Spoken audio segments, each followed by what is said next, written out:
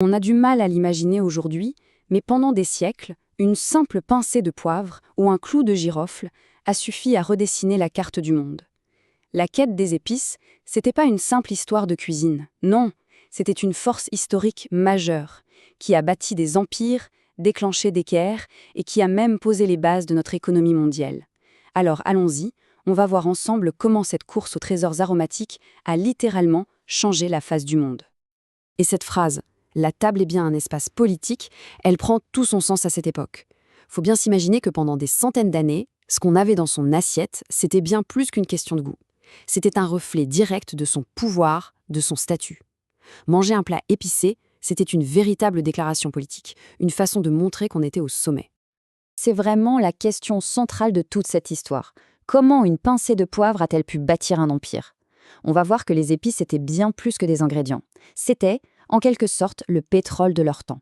Des produits de luxe tellement désirables que des nations entières ont été prêtes à traverser les océans, à conquérir des terres et à commettre des atrocités, tout ça juste pour en contrôler le commerce. Alors pour bien comprendre, il faut qu'on se téléporte un peu, disons, à la fin du Moyen-Âge en Europe. Là, pour les élites, les épices, ce n'est pas juste pour améliorer le goût ou, comme on le dit parfois, masquer une viande avariée. Non, non, c'est avant tout une façon d'afficher sa richesse aux yeux de tous. Et là, le fossé est juste énorme. Imaginez, d'un côté, la table des puissants, pleine de cannelle, de clous de girofle, de muscade, des choses qui valaient littéralement plus cher que l'or. Et de l'autre, le quotidien du peuple, c'était des bouillies, du pain un peu grossier. L'assiette, c'était vraiment le marqueur social numéro 1, sans pitié. Et ça nous amène à un concept super important, la distinction. L'idée, c'est que consommer des épices, ce n'est pas juste pour se faire plaisir. C'est une vraie mise en scène. C'est une manière de crier au monde entier « Regardez comme je suis riche, regardez mon pouvoir.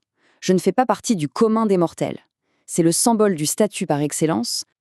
Alors pendant très très longtemps, qui est-ce qui tenait les rênes de ce commerce si lucratif? Eh bien, une seule ville, Venise, la Sérénissime, comme on l'appelait. Et elle a bâti un monopole en or, grâce à une route commerciale hyper longue et vraiment complexe. Regardez ce parcours du combattant. On comprend tout de suite mieux pourquoi ça coûtait une fortune. À chaque étape, hop, un nouvel intermédiaire qui prend sa marge. Les marchands indiens, arabes, les caravanes. Et tout à la fin, qui est-ce qu'on trouve? Les Vénitiens. Eux, c'était le dernier péage, et croyez-moi, le plus cher. Voilà pourquoi un simple grain de poivre pouvait valoir de l'or. Et ce monopole, ça a fait de Venise une ville richissime, évidemment.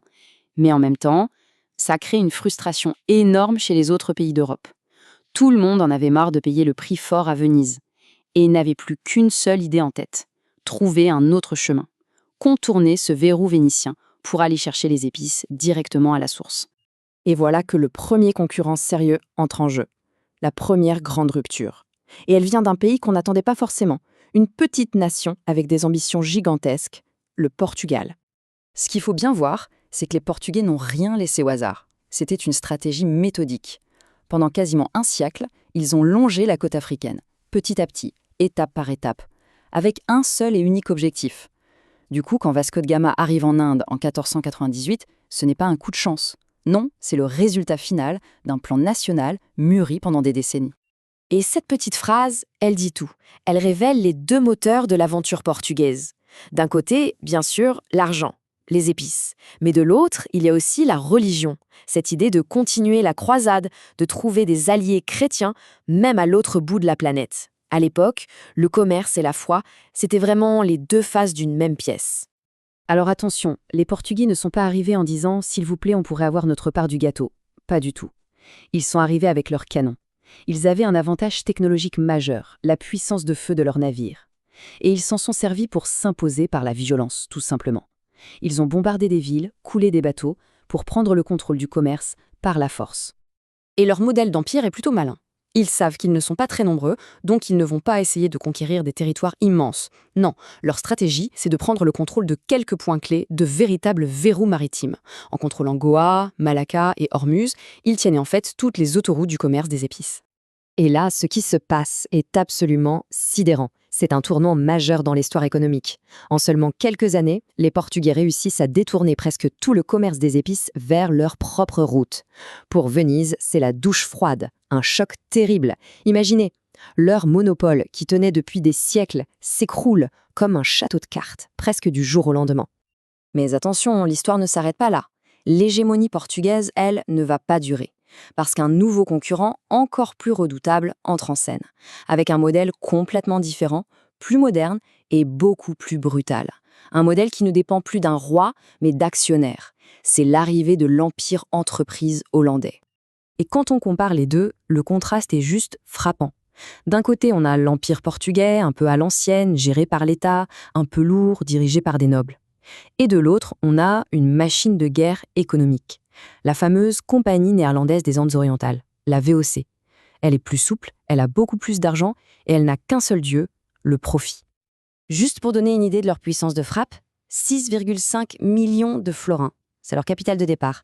Pour l'époque, c'est une somme absolument astronomique. Ça leur donne tout de suite les moyens de voir très très grand et de dominer le commerce mondial. Parce que la VOC, ce n'est pas juste une boîte de commerce, c'est bien plus que ça. C'est la première multinationale de l'histoire, en quelque sorte. Mais une multinationale avec sa propre armée, sa propre flotte de guerre, et le droit de déclarer la guerre, de signer des traités, de coloniser. C'était un véritable État dans l'État, entièrement dévoué au profit. Et c'est là que la méthode hollandaise est vraiment différente. Eux, ils ne se contentent pas de contrôler les routes maritimes comme les Portugais. Non, ils vont directement à la source. Ils prennent le contrôle des îles où poussent les épices et ils y imposent une monoculture forcée. Pour garantir leur monopole sur le clos de girofle, par exemple, ils vont détruire tous les girofliers sur les autres îles. C'est d'une brutalité froide et calculée, tout ça pour contrôler l'offre et faire flamber les prix. Bon, toute cette histoire, cette guerre des épices qui a duré plus de 200 ans, elle a laissé un héritage énorme. Et c'est intéressant de voir à quel point cet affrontement pour quelques arômes a façonné notre monde actuel. Regardez ce chiffre, 1 million de personnes. C'est juste pour se rendre compte de l'échelle complètement folle des opérations de la VOC. Sur 2 siècles, elle a transporté plus de monde et utilisé plus de navires que tous ses rivaux européens réunis. Ça donne une petite idée de la puissance qui était à l'œuvre pour remodeler l'Asie et l'Europe. Et ce qui est fou, c'est que l'héritage de cette guerre, on le voit encore partout aujourd'hui. Le capitalisme moderne, le système des sociétés par action, la finance mondiale, les empires coloniaux, tout ça a, d'une manière ou d'une autre, des racines qui plongent dans cette compétition acharnée pour le poivre ou le clou girofle. Et ça nous amène à une question pour aujourd'hui finalement. La guerre des épices est peut-être terminée, mais la course pour contrôler les ressources stratégiques, elle, ne l'est pas du tout. Aujourd'hui, les épices s'appellent pétrole, lithium, semi-conducteurs. Et cette vieille histoire nous rappelle une chose essentielle. La lutte pour le contrôle des ressources clés qui font tourner le monde, eh bien, ça reste un des plus grands moteurs de l'histoire.